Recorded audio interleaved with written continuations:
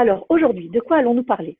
Comment se pratique le co-développement à distance? Quelles sont les différentes étapes et surtout les avantages?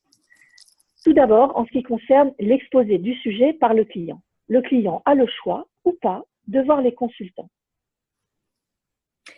En ce qui concerne la deuxième étape, la demande de clarification par les consultants, le moment où les consultants posent des questions aux clients. Alors ces questions peuvent prendre plusieurs formes, elles peuvent être orales comme d'habitude, mais elles peuvent être aussi écrites. Et en général, on réfléchit plus quand on écrit que quand on parle. Et c'est aussi un avantage pour ceux qui sont visuels, qui vont voir ainsi défiler les questions des autres dans le chat. Pour la troisième étape, qui est l'étape du contrat, le gros avantage, c'est que le client il peut conserver l'intégralité des reformulations des consultants pour y revenir ultérieurement parce que les propositions sont écrites. Donc, ça peut continuer à cheminer pour lui. Voilà, maintenant on en vient aux propositions et aux suggestions faites par les consultants. On a un espace de parole équitable pour chacun. Et on a la possibilité, par exemple, de se passer le micro. On peut aussi enregistrer l'intégralité des échanges. Du coup, les participants peuvent les réécouter autant qu'ils veulent.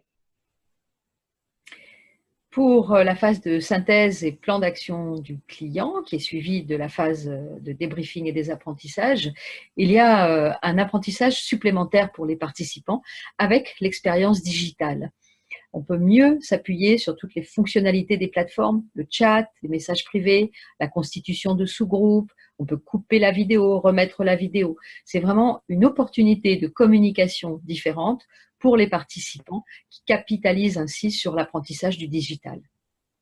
Pour conclure, les séances, et ça c'est vraiment important, les séances peuvent être maintenues quelles que soient les conditions, que nous soyons malades, qu'il y ait des problèmes de circulation, que vous ayez d'autres problèmes logistiques, la séance peut être maintenue. Le deuxième gros avantage, c'est que les absents peuvent réécouter la séance à leur guise, quel que soit le moment. Et du coup, la conséquence, c'est que la dynamique de groupe reste maintenue et conservée malgré les absents.